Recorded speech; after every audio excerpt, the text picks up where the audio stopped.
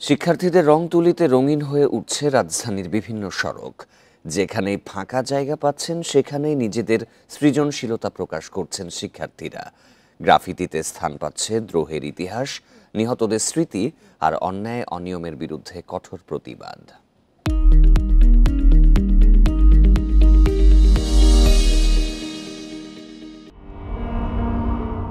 আন্দোলনের প্রদীপ শিখা হয়ে বুক চিতিয়ে দাঁড়িয়েছিলেন রংপুরের আবু সাইদ।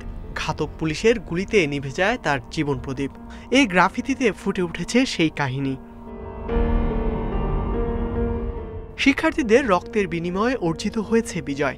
এবার সংস্কারের দায়িত্বটা তাদেরই, তাই বলছে এই ছবি। ছাত্রীদের ওপর ছাত্রলীগের হামলার চিত্র ফুটে উঠেছে রংতুলিতে। ফার্মগেট তেস্তুরি বাজার রোডের দেয়ালে স্থান পেয়েছে শিক্ষার্থীদের এমন সৃজনশীল সৃষ্টিকর্ম। স্মরণ করা হচ্ছে শহীদদের। দ্রোহের পাশাপাশি রয়েছে সাম্য ও একতার বাণী।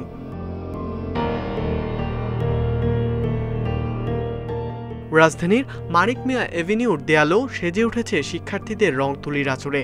কোথাও মুগ্ধর পানি বিতরণ, কোথাও চাওয়া হচ্ছে শহীদদের বিচার।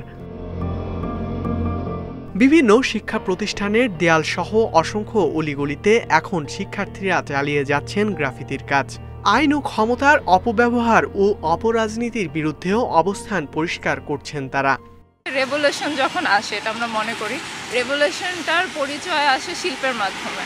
আমরা যে রেভলিউশনটা করেছি, এটা এখনকার মানুষ এই শিল্পগুলো দেখে তারা এই জিনিসটা উপলব্ধি করতে পারবে। এটা পার্শিয়াল বিজয় বলতে পারেন, বিজয় এখনো আসা বাকি। যদি দেশটা শুধরায় তাহলেই আপনার বিজয়টা আসবে।